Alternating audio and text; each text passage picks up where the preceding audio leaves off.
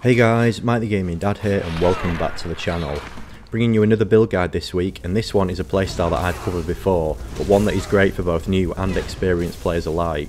And this build utilises some of the new content within one of the paid creations. This is my updated Paladin.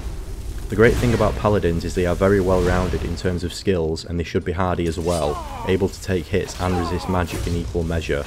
As such, any race can be used, but for this one I've opted for a Breton for the additional magic resistance. May I present to you Melina. First choice, who to side with, Ralof or Hadvar? You know where we're going, right? Into the keep with Ralof. This build will utilise light armour and one-handed, so you are okay to make use of Gunyar's armour and axe. Drop off the foot wraps and tunic though, as we'll need every bit of our carry weight for loot to sell in Whiterun. Paladins specialise in restoration magic, so it's good practice to start levelling this straight away. Equip healing in one hand should you take any damage, and heal at every opportunity. Once the Imperials have fallen, approach the captain and get to the key before Ralof does, then equip the light armour set from the other soldier.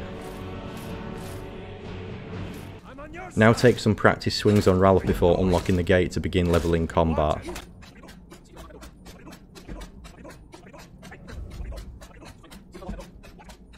I'm not going to push this too high, level 40 is enough and should only take about 10 to 15 minutes, and this will allow for a few early levels. After killing 2 more soldiers in this room, grab the 2 salt piles. One is located in the dining area, and then another through here. Grab any salt you come across, because it's an ingredient in one potion that I'll be using as I progress through Skyrim. After taking down a few more Imperials in the torture room, make sure you collect the steel dagger from the torturer. Then pick the lock to access the mage and mage gear. We won't be using this, but it's useful to sell for gold early on. Continue to fight through the Helgen caves, using this as an opportunity to level restoration. Now we've reached the bear, I'm going to place our first perk points in. Health is your primary focus, followed by Magicka, and finally Stamina. For now, as we only have 4 levels, I'll place 2 into health and 1 into each of the others. And for my perks, Restoration, Light Armour, Sneak, and one-handed. Once that is done, equip the steel dagger and sneak attack Ralof. Sneak will level very quickly here. In less than 3 minutes you should hit level 50.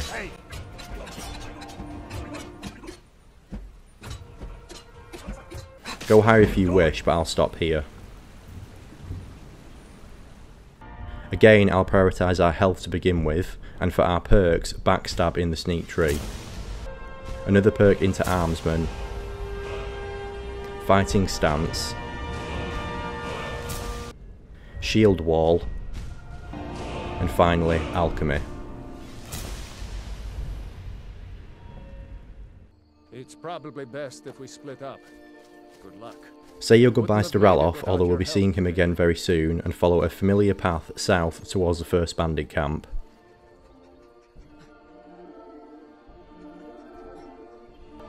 Here take the loot and read the light armour skill book. Then pick the chest and take any useful contents.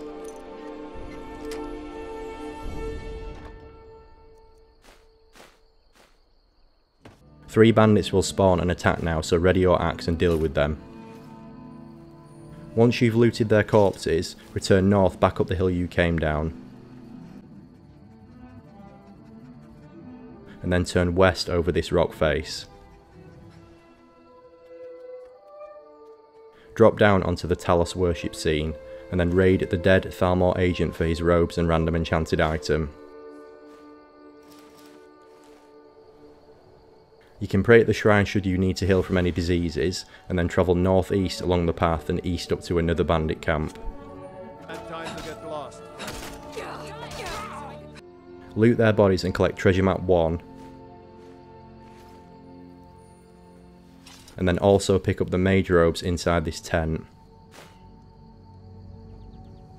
And this one-handed skill book inside this one. One of the bandits also carried a hide shield, so I'm going to take this to start leveling block as well. Rejoin the road and start to travel down towards the standing stones. Along the way you should be able to pick up blue mountain flowers. These are another ingredient in a potion we'll craft early on. At the standing stones you can select any stone really, but I will go with Magicka, only because restoration does tend to level slowly. Now travel west across the river and up to Anice's cabin. Once here, turn 180 degrees and travel east over this rock face, and down below to collect the flawless emerald. Now turn east again and back across the river up to Embershard Mine. Picked a bad time to get lost, friend. Once inside, pick any of the red fly amanita mushrooms you find, and then jump down here and take care of the 2 bandits.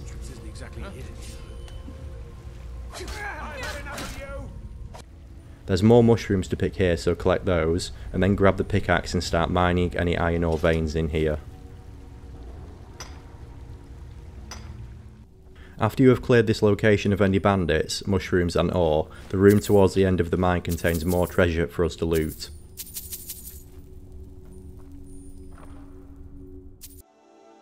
So far we have blue mountain flowers, fly amanita and salt. And then iron ore, which we'll save for later. Now time to collect another ingredient. As you travel down to Riverwood, search any tree stumps or fallen trees for the Mora Tapinella mushroom. There's plenty of these in the woods around Riverwood.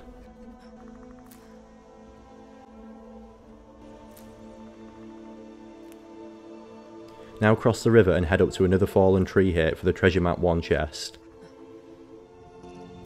And once looted, you can head into Riverwood.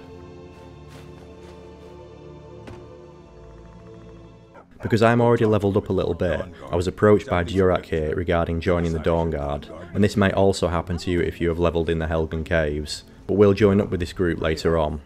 First of all, take any useful items Gerda offers you, and then cross the river again and find the lone mud crab. Mud crab chitin is another useful alchemy ingredient early on. Then head back over the river and find the fishing spot near the bridge exiting Riverwood. Time for a spot of fishing. Now you may not catch these, but I just wanted to show them anyway. Cyrodiilic Spadetail and Abyssinian Longfin are 2 fish that are useful for the early game potions, should you want to and be able to get your hands on any.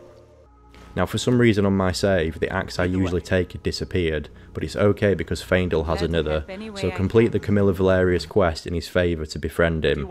You don't need to get him to follow you, I only did it so I could take his key and unlock the door. You lead, I'll follow. Now we can take his woodcutter's axe without breaking him. Help with the giant problem outside Whiterun if you wish. Ailey will tell you about the companions afterwards, and we'll be joining up with these very soon anyway. You could make for a decent shield, sister. Before going into Whiterun though, make your way around the local farms and harvest any wheat, again for useful early game potions. Once in Whiterun, find Brenowyn the beggar and give him a gold piece for the gift of charity. Then find Carlotta and offer to deal with her bard problem. I don't think anything will get through that thick skull of his though.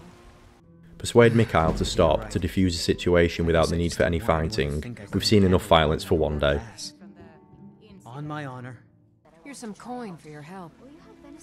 400 gold for taking down 1 bard. Easy money. Now time to sell our gear. First visit the blacksmith to get rid of any excess armour or weapons. On your way to Belethor's shop, chop yourself some firewood. And now sell more loot to Belethor until he's out of gold.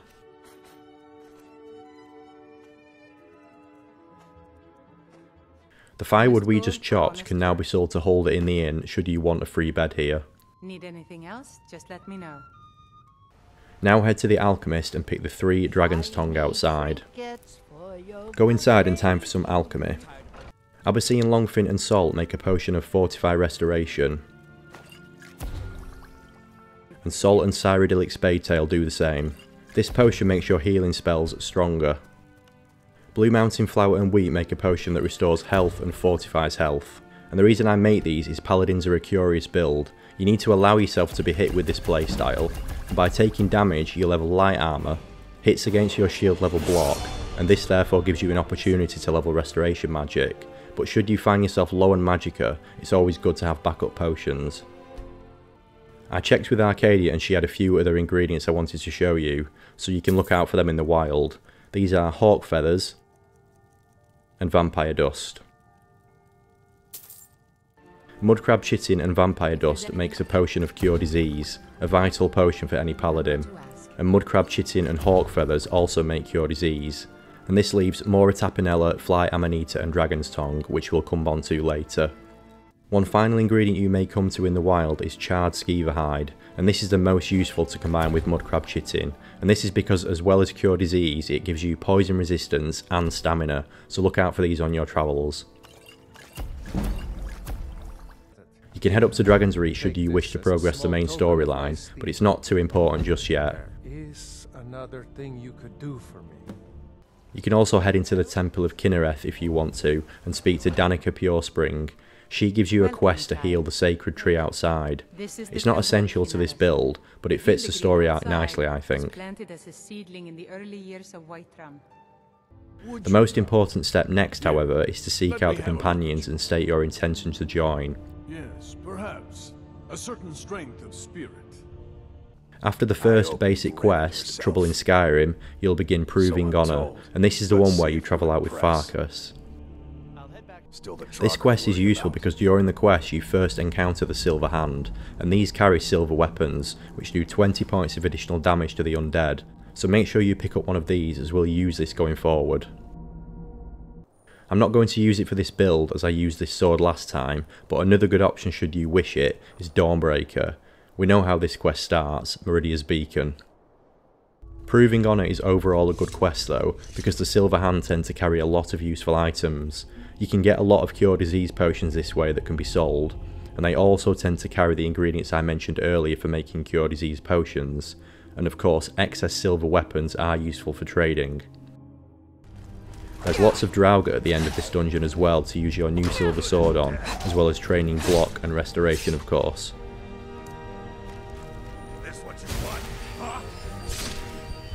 We've returned to Whiterun now, so pick up a wild horse map from the stables. Ride strong.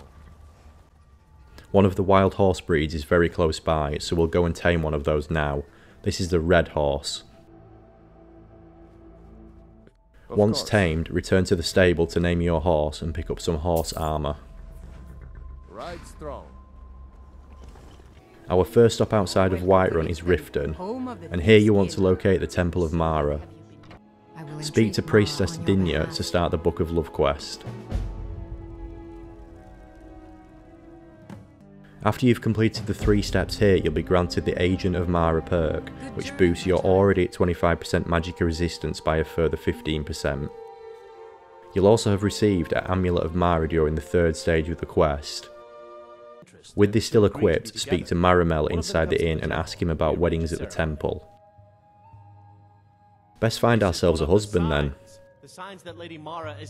Oh, who's this? Mercurio the apprentice mage. Let's hire him for 500 gold. And now we've done this, he becomes a potential spouse option. Ask him, interested in me are you? And then select, yes I am. And now you'll have a wedding planned for tomorrow. Brief as life can be in Skyrim, at least we'll have each other. Congratulations, you now have a spouse and another item which boosts restoration magicka cost reduction by 10%, your wedding band. We don't have a home to select yet, so just choose living with you would be perfect and then bring him on your next adventure. This is to complete the next part of the main quest line in Bleak Falls Barrow. Mercurio is a great companion to have along indefinitely now, because whilst you can stand and tank, he does very credible damage with his destruction magic. Return to Whiterun to complete the quest and you should have enough gold for a home now. Breeze Home will do, so build this and also furnish it with the children's bedroom. Here's the key to your new home. Now move Mercurio in with you here. Where? I'll get everything ready and meet you there. Time for another good deed of the day. Find Lucia around the streets of Whiterun and offer to adopt her. What you'll now have when you rest up here is Mother's Love and Lover's Comfort. Lover's Comfort boosts all skill improvements by 15%, so Restoration Magicka is 35% with this boost, and Mother's Love makes healing spells and potions restore 25% more health, a great temporary boost for Paladins. There is another boost we can get next, and bring Mercurio along for this quest too, as we'll need him. This is Frost Flow Lighthouse, located here on the map. Enter the lighthouse to find a gruesome scene and begin the quest to find out what happened to this poor family. This quest takes you into the depths of the Frost Flow Abyss, and would likely be too much for you without Mercurio's firepower. As before, do your best tanking job utilising one-handed, block and restoration against the hordes of Chorus, whilst Mercurio blasts them. When the big one falls, check it to find Hab's remains and the lighthouse key.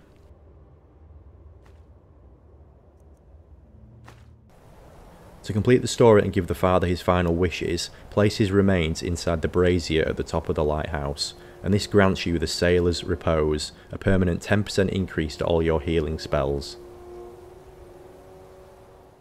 Now head back to Whiterun to purchase a few spells from Farengar. These are Fast Healing, Healing Hands, and Turn Lesser Undead. It's also worthwhile now to start to collect any filled soul gems you find on your travels. So far I've got 4 lesser and 6 petty, so not many, but every little helps. Also, it's a good point now to free yourself of the iron ore we collected earlier. I've turned most of this into ingots already, and I've also been grabbing leather strips. Any pelts you find can be turned into leather and subsequently into leather strips. What these will be used for is to craft iron daggers. You can use what you have for now, because what we will do is store the iron daggers in the chest in our home. We won't need these until we have a lot more soul gems later on. You may also want to start purchasing smithing training from Eorlund Greymane as well. It's a good use of your gold early on. Now to head back towards Riften and join up with the Dawn Guard. When you return Serana to Lord Harkon, obviously we are going to refuse his gift of becoming one of them. You are prey, like all mortals. When Serana shows up at Fort Dawnguard after you find Serene and Gunmar, the quest Prophet starts. And I opted to go with Serana at this point, and she can be really annoying as she refuses to go if the player has any other companions, so I dismissed Mercurio. And I actually think the best course of action here is to not do this, and I'll explain a little later on. But yeah, I made the mistake of opting to bring her along. After completing Prophet, Seeking Disclosure starts, and this unlocks a new quest which we want to start. And to begin this, you need to talk to Serene Gerard. She recommends you find someone called Florentius, and the quest Bolstering the Ranks begins. Free Florentius and he will agree to come to Fort Dawnguard, and once he is there, speak to him and ask him what he has for sale. The player can now purchase the restoration spells Stendarr's Aura and Vampire's Bane. Congratulations, you now possess offensive restoration magic. Also speak to Serene Gerard if you want and get the Sunfire spell. This is the apprentice version of Vampire's Bane. The latter is an adept level spell. What you'll now be able to do is use offensive style spells on any undead creatures to deal damage.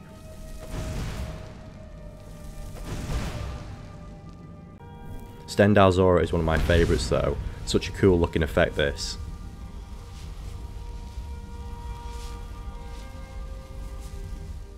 This is the point in the video where we'll be going and collecting the paid Creations armour set. If you wanted to do this, you will need to purchase the Echoes of the Vale creation through the Creations tab, which is this mod shown here.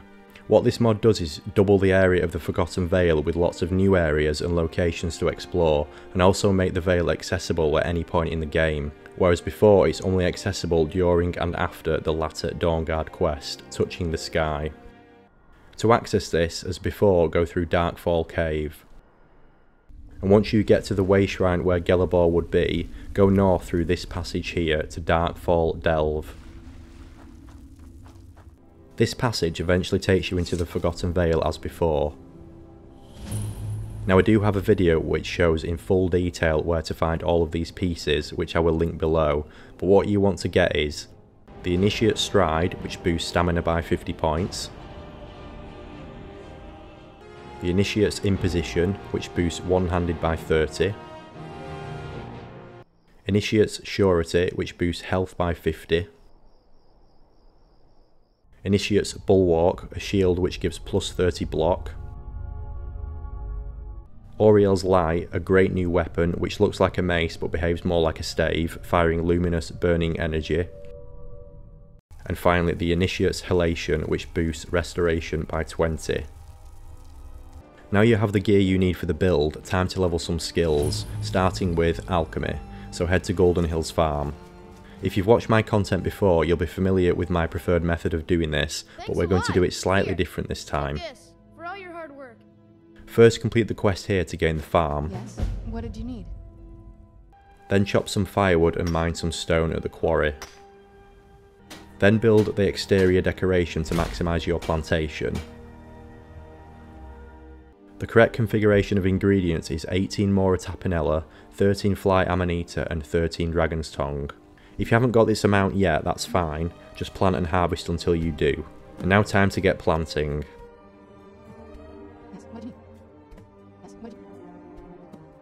Once finished, head inside and wait 24 hours. The first time round is 24 hours, then after that it is 3 days, unless you replant everything each time. The reason you want this configuration is this will yield 52 Dragon's Tongue and Fly Amanita, and 54 Mora Tapinella each time. Now there's no max amount of times to do this, I did it 8, and this was the amount I could carry on my own without a backpack, but go higher if you wish, as you'll need a lot of potions later. Now what we'd normally do is make them downstairs, but what I'm going to do is first go and get the Thief Stone, and then sleep in your bed in Whiterun for the lover's comfort, and instead we're going to combine them at Dragon's Reach. And the method I'm going to go with is, make a few potions until you level up, Yes. What did you need? then grab the next available alchemy perk. Then we're going to stop, and now we're going to run to Eorland again. Once here, buy 5 levels of smithing training. Now go to the Alchemist and sell a few potions. And then to Bellathor and sell a few more. Then return to Dragon's Reach and make more potions until you level up.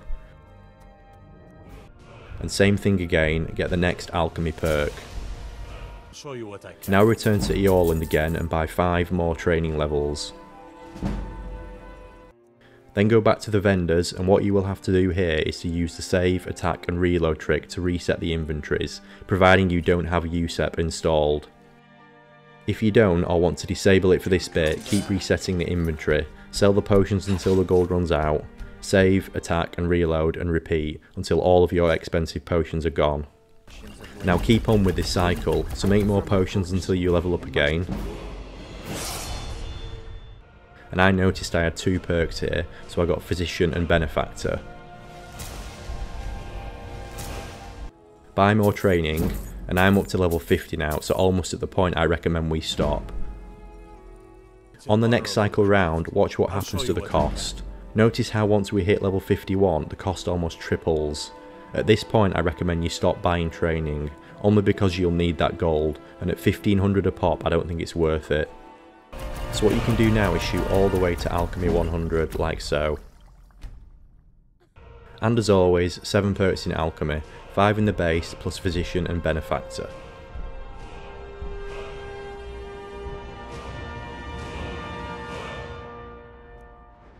As I now have 3 additional perks, I'm going to drop 1 into the base of Enchanting, 1 into Elven Smithing, and then save the 3rd for later.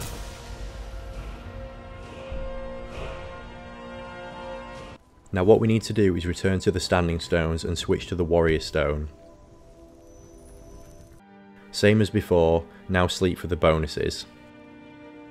Honored to see you again, my Thane. Then head to the blacksmith and purchase any iron ingots, iron ore and leather strips. Save your game, attack and reload, and you want to repeat this until you have probably around 250 minimum, I would say. I went a little far as I've got 300 here, plus about 90 saved up already at home. More is fine though, it's better to have more than not enough. Now get spamming all of this into iron daggers. As I say, 60 is the goal here. We'll probably get a little bit higher, but it's fine, more is always good. There we go, level 67, so now get the arcane blacksmith perk.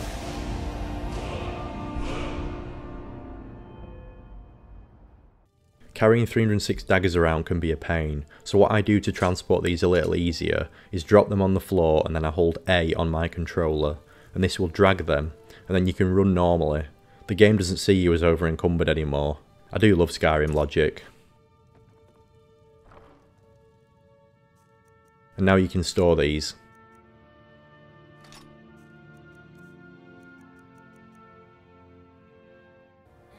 What I recommend doing now is finding Fethis Alor on the island of Solstheim. He's the best vendor to do this next step. And that is, purchase all of his filled soul gems, it doesn't matter which size, get them all. Because what you want is to eventually get a similar amount to the daggers you hold. As I say, 250 minimum here I would go for. Once bought, sell him loads of the potions you made until he's got no gold left, and then save, attack and reload and repeat. And you'll need to do this a lot, as you want a lot of soul gems. Sometimes he'll have like 8 or 9 and there'll be a mix of good ones, and other times he might have like 2 lesser ones and that's it. So just keep going until you hit that magic number.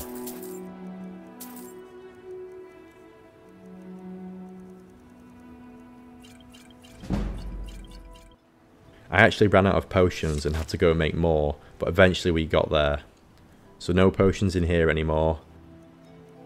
And I again went a bit far. I think I've got like 320 soul gems here, plus more back home. As I say, I think 250 should be enough, but get to 280 if you want to be safe. And now for the enchantments we'll need.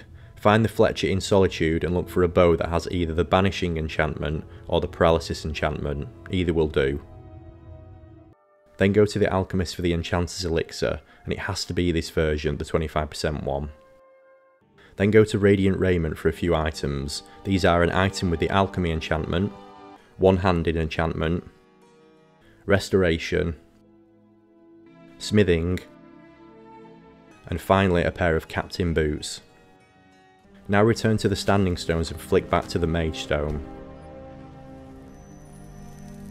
Sleep for the resting bonus and don't forget to grab your soul gems if there are any more in here, plus the iron daggers.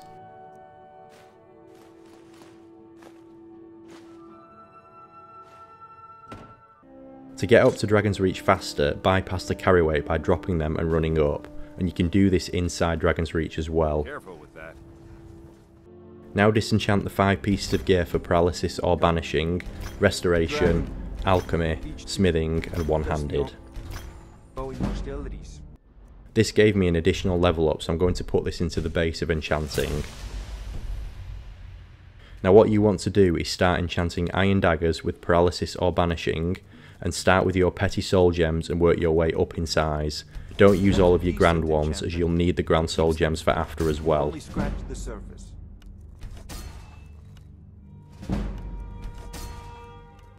What you should do here is similar to Alchemy, so every time you level up or hit another perk milestone, grab another perk.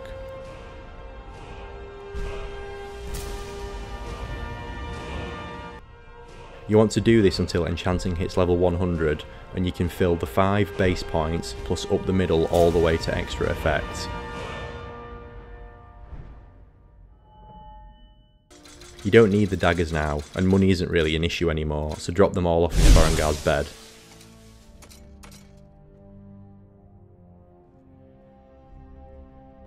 Yes? What did you need? What I'd recommend doing now as well is, any soul gems you have which aren't grand, sell them off, just so you don't accidentally use them, as now we only want to use grand soul gems. Now seek out any of the Khajiit caravans and try and get your hands on 1 gold cannet, and then either 2 Drurg wax, 2 stoneflower petals, or 1 of each. It doesn't matter whichever shows up first is fine, as these are rare and require a lot of resetting of inventory sadly, unless you get lucky. Then buy 1 blister wart and 2 blue butterfly wings. And finally you need some gear. This is the captain boots from earlier, 4 necklaces, 4 rings, 2 hide armours, 2 hide bracers, and 3 hide helmets. Now for some enchanting. First add Fortify Restoration to a necklace, ring, 1 hide armour and a helmet, and check this says 25% on each item. If it doesn't, something is wrong. Maybe enchanting isn't level 100 with the perks shown, or you haven't used a Grand Soul Gem, but it must say 25%.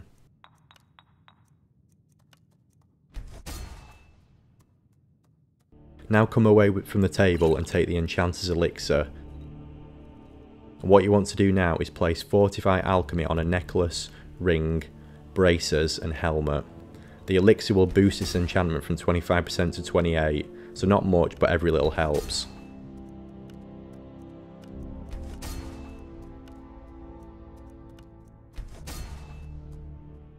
Now equip those 4 alchemy pieces and go to the alchemy table and combine blue butterfly wing with either drug wax or stoneflower petals. It doesn't matter which.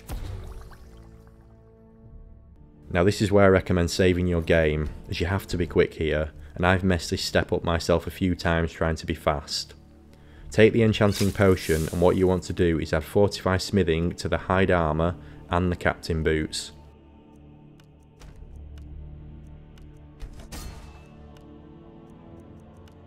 Fortify Alchemy to the hide helmet, and then Alchemy and Smithing to the bracers, your penultimate ring and penultimate necklace. What you'll have now is pieces which boost by 34% each, so equip these new pieces. The 28% ones can be sold off now. And now make another enchanting potion again. And then combine Blisterwort and Gold Cannet for a Fortify Smithing potion. Before we upgrade our gear though, we have one last skill to level, so travel to Winterhold. Yes? What did you need? Here, join up with the College of Winterhold, and after your tour, sleep in the bed for a resting bonus. Now this is where having Serana can be a bit of a pain, as if you try to leave her or get her to wait, she refuses. If you have her like me, ask her to wait and she might hang back just enough to make this next step possible, otherwise it can be hard. What you need to do is equip the 4 pieces of 25% restoration cost reduction gear and the turn lesser undead spell and go find the lone Draugr downstairs.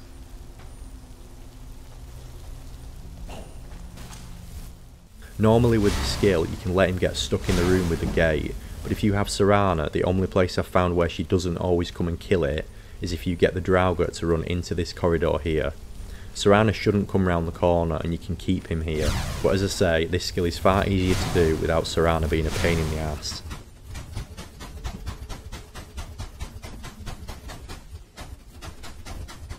Just try and get this skill to level 90 if you can as a minimum. Now find Colette Morenz for a little chat about the validity of restoration magic and purchase from her Circle of Protection, Grand Healing and Turn Greater Undead. And then as I say, for perks I'm going to go up to Expert Restoration and then Avoid Death, as you need level 90 for this and it's an awesome skill for a paladin to have.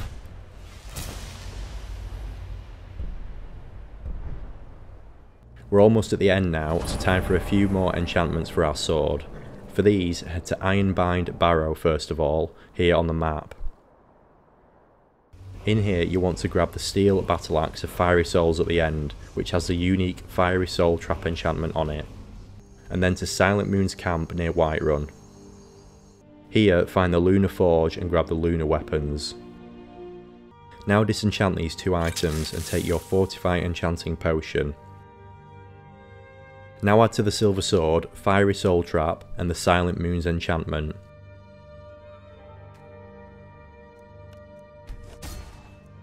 And then to your remaining amulet and ring, Fortify One-Handed and Fortify Restoration.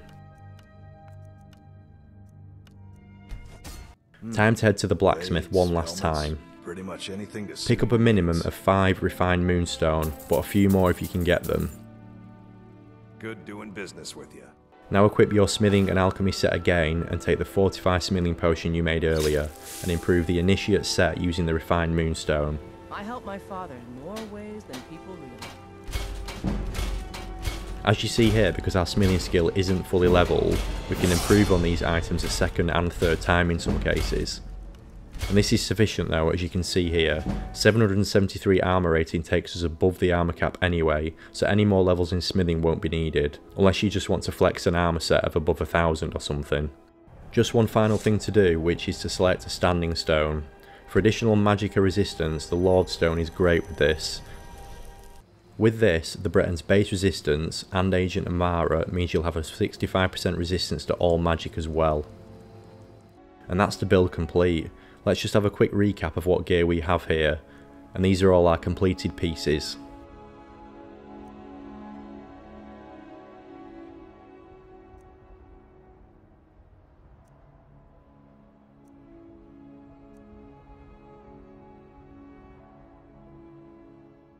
And our weapons. Now sadly in the vanilla game, silver weapons were never smithable, which seemed like a big oversight to me, considering how great they were in earlier Elder Scrolls games, but this can be fixed by installing USEP at this point and smithing the sword. Now I chose not to do this though, and that's because of using Auriel's Light alongside the sword. Auriel's Light is great for dealing with living enemies, and the sword can be used to take care of the dead ones. Then we have our spells: Circle of Protection, Grand Healing, Stendarr's Aura, Sunfire, Turn Greater Undead, and Vampire's Bane.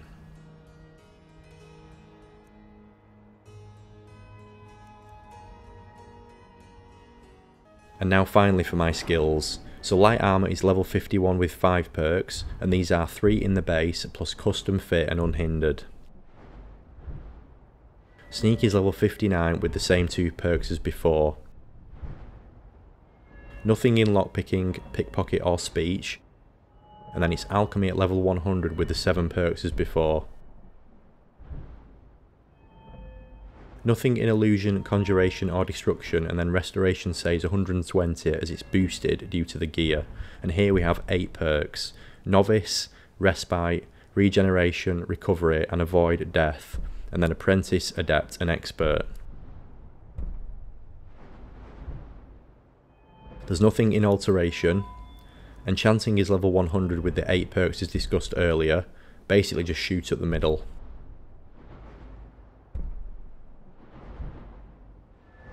Smithing is now level 72 with the 3 perks in here as before. Nothing in heavy armour. Block is boosted to level 75, and in here I have shield wall and deflect arrows. Nothing in two-handed. One-handed is boosted to level 95 with 6 perks in here, 4 in the base plus fighting stance and bladesman. And that's it, nothing in archery. I'll also just unequip the gear here so you can see where my perk points are distributed. There you go, 240 magicka, 310 health, 160 stamina. So what's the playstyle of this build then? Well, the great thing about Paladins is it's really easy build to play as, and they are incredibly versatile as well. You can play this more like a warrior should you wish, a mage, or a hybrid of both, and the gear selection means you'll have options for all enemies. If you come up against living enemies, you'll find the silver sword, unless smithed, won't do a lot of damage, and this is where I'd recommend using Auriel's Light. This is an incredibly powerful stave capable of draining an enemy's entire life force in a few hits. And this is especially noticeable against bigger enemies. As the saying goes, the bigger they are, the harder they fall.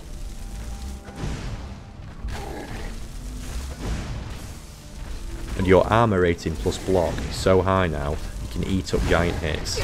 Barely a scratch. I think this was on expert difficulty at this time, so yeah, this definitely can be raised.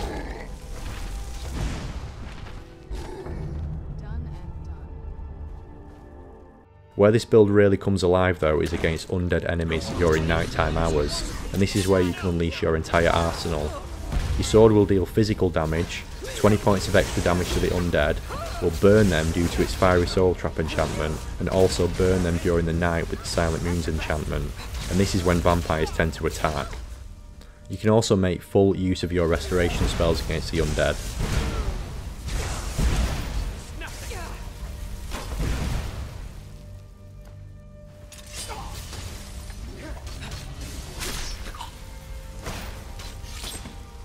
no, you don't. You'll be tanky enough now to approach situations any way you want. You can mix up both magic and weaponry against the undead.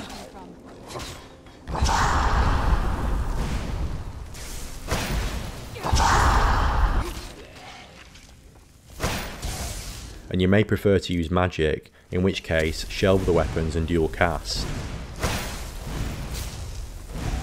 But if an enemy is taking a lot to take down, flip back to playing more like a warrior and attack with your sword and shield, a holy warrior playstyle. Oh no, you don't. Who's there? Utilising other spells like Grand Healing and Circle of Protection are fun as well, as you can keep some enemies at arm's length with these and heal your party. And you can take more of a reserved role this way, for example offering protection to Mercurio, who is very much a glass cannon type character. He does the damage whilst you keep the enemies off him and him alive. That'll teach you.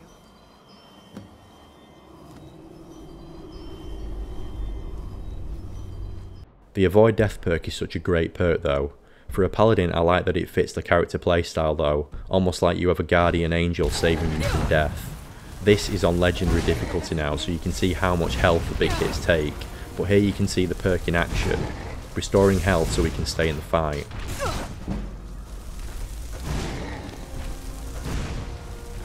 And that's my updated Paladin build using the new Initiate set, available through Echoes of the Vale. I hope you enjoyed. I'm Mike the Gaming Dad, thank you for watching and I'll see you next time.